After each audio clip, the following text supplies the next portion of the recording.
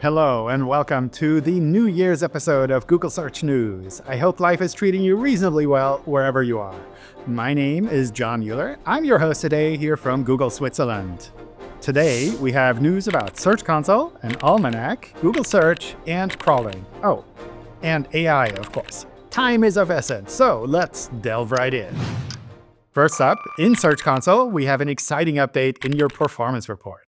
Search Console helps you to monitor your site in Google, and the performance reports gives you information about how well it's performing. Fresh in Search Console is hourly data for the past 24 hours. So, if your site suddenly becomes popular on Google, you can monitor that live. This is exciting to see, and see again an hour later or an hour after that. We mentioned Search Console recommendations last time. This feature is now available to all sites with recommendations to show.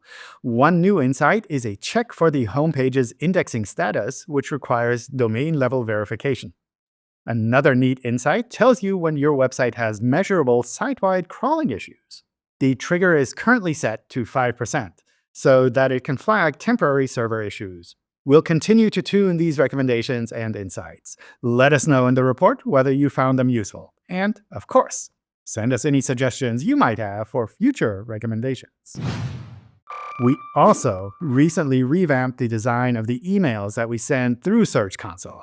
This makes them a bit more unified and modern. We're currently going through all message templates to update wording here and there. For example, very few people have called themselves webmaster in the recent years, and we're cleaning up those leftover bits. You'll see the new phrasing over time as the updates are completed. Stay tuned. Moving over to Google Search. The search quality team has recently launched 2 core updates. We consider various parts of Google Search to be included in the core, and these core updates were for different components. Additionally, we updated our site abuse policy and added more specifics on that to the documentation. Finally, we also launched a spam update. Updates like these are announced on our search status dashboard. If you want to know first, there are feeds available that you can subscribe to with any RSS reader. Additionally, in Search, we retired the site links search box and no longer use its structured data. You don't have to remove any structured data from your pages for this change.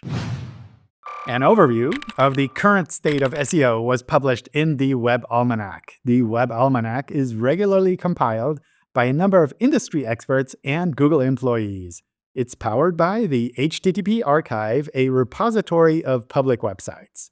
The SEO chapter has a nice look at the state of SEO at the moment based on this repository. It starts off by looking at robots.txt file usage.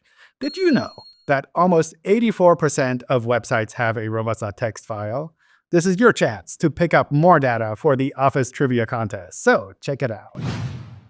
And now, over to Crawling by our friend Googlebot. Together with other search engineers, Gary and Martin from my team wrote comprehensive blog posts about crawling. The information here is less suited for trivia contests and more for when you want to double-check some details about edge cases in crawling.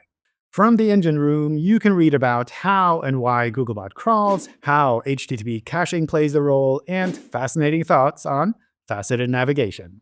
We'll possibly add more to this series once we crawl back to the office. Check them out if you love technical SEO details. Every time I do these episodes, I look around for pieces to share from the SEO community. Today, I have 3 that are relatively niche, but great to expand your horizons. First up, a look at incorporating machine learning for SEO tasks, written by Lazarina. It's complex, but written so that you can follow along even if you don't do much coding. Then we have Looker Studio dashboards compiled by Daria. Looker Studio is great for visualizing Search Console, analytics, and other data. And these dashboards do look amazing. You can do this too, I'm sure. And finally, we have Dan on getting buy-in from high-level leads for SEO. Bigger companies can be complex, I know. So if you work with one, you might find these ideas useful. But wait, that's not all. Here are some other short updates. First up is AI, of course.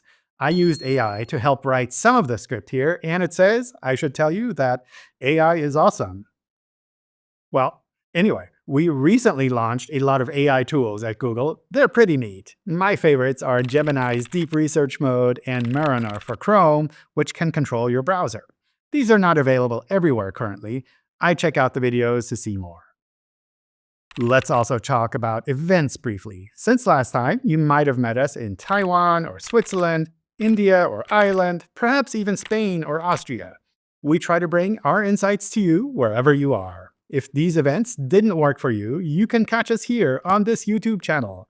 Among other videos, we recently finished both a Google Trends tutorial series and an SEO Made Easy series. Check them out. Well, there you have it. This episode of Google Search News is now complete. Thank you for tuning in. I hope this video was useful, and please add feedback and comments here. We read them all. If you subscribe to this channel, we'll let you know when another episode is ready. Bye!